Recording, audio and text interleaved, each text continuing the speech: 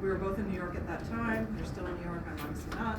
And I was working in photography as a photography curator, and you were mostly at that time making images.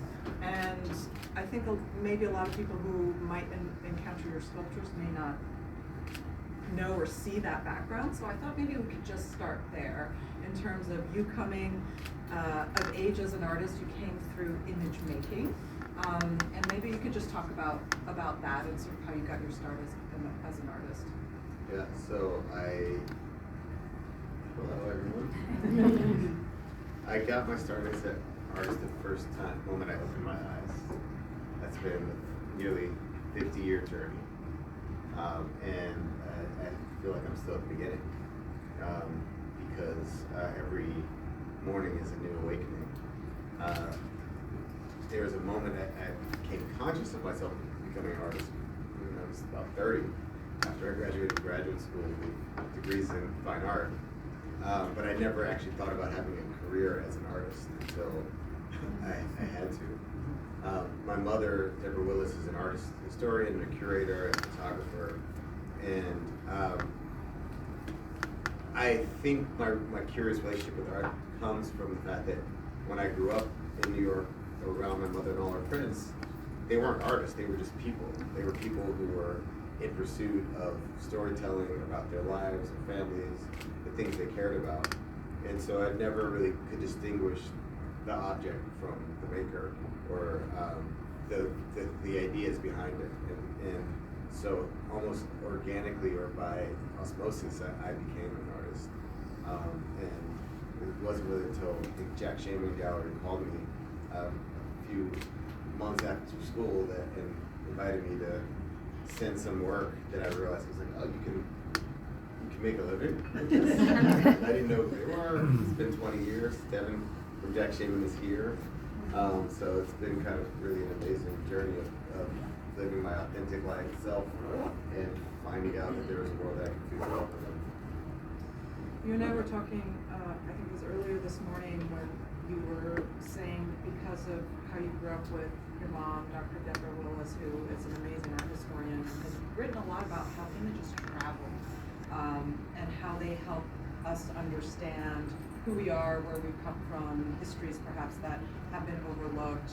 And one of the things that when we first started to talk to each other all those years ago, that you're really interested in how images also form stereotypes, cultural stereotypes, how images travel across media, not just art images, but advertising and other kinds of popular images.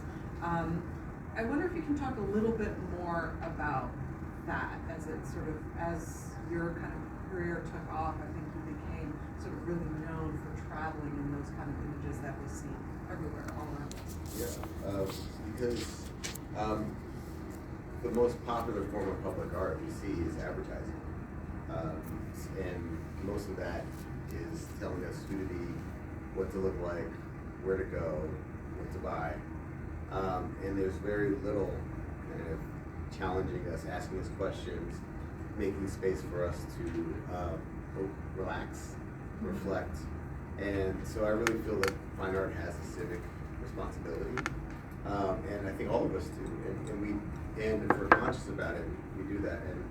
And even though sometimes some people don't think about it, but the clothes we each put on today are a part of our civic life. And someone who's an artist designed everything we're wearing. And we don't realize how we wear art every day. And so the only difference I think between an artist and a non-artist is the awareness that they're actually performing. I like that heart on your shirt, by the way. Oh, thank you. So you might be thinking, what does that mean? Sorry, up. This is up, or is it a heart? Oh, it's a heart. It's for celebrating the pride. Oh, but doesn't it say up? Don't you see that? No. You see up? From this side, From this side, yeah. Yeah, do you know that? Oh, no. Like Oh, okay. So you might be thinking, like, why are we talking about photography? Because one of the things that you and I have talked about with the sculptures is you think of them as photographs. So can you kind of walk us through why? And I'll maybe just preface this by saying that, these are all gestures right, that are sort of isolated and then monumentalized here in this scale and reproduced in stainless steel.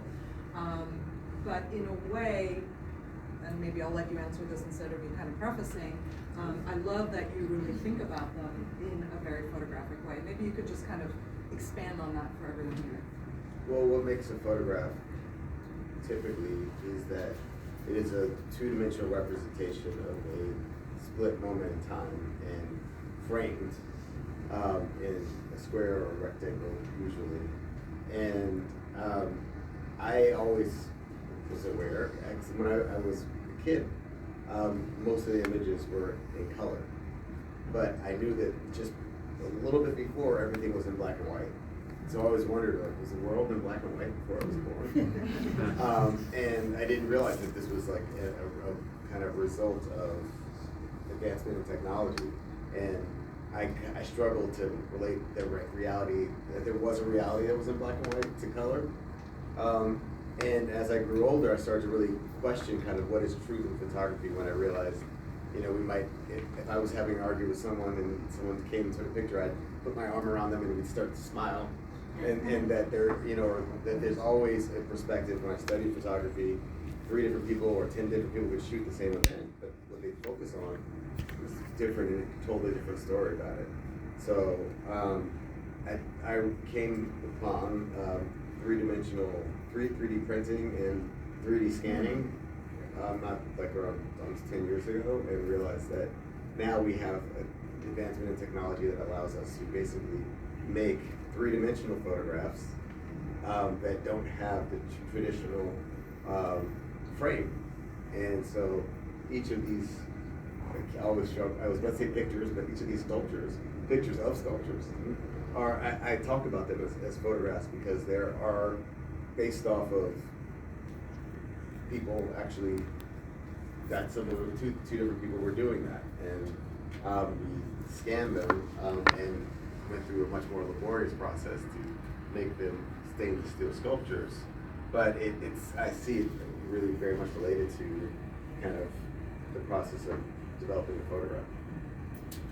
So one of these sculptures, Strike, which is well actually this is it being installed, is I think a really interesting work because there is a reference, and I think it's in a slideshow here, to another artwork. And I think for me this Strike is feels very resonant to our moment in terms of a kind of address around protest, around violence or the potential for violence, around how we grapple with really difficult times.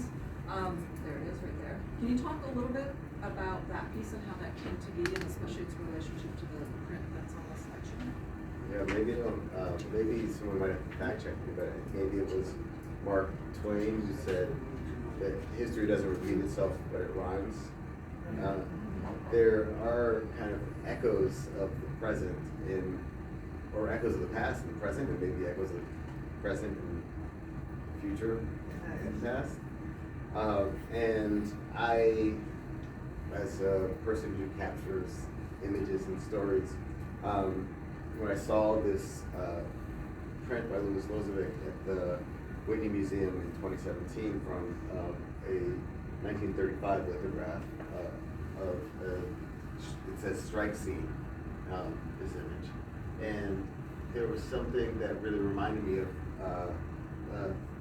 theorist Roland Barthes' notion of the punctum, the thing that like pierces you, sticks with you in an image. And so that was just this specific area where there's a union worker and a strike buster or a police officer who's going to kind of break up that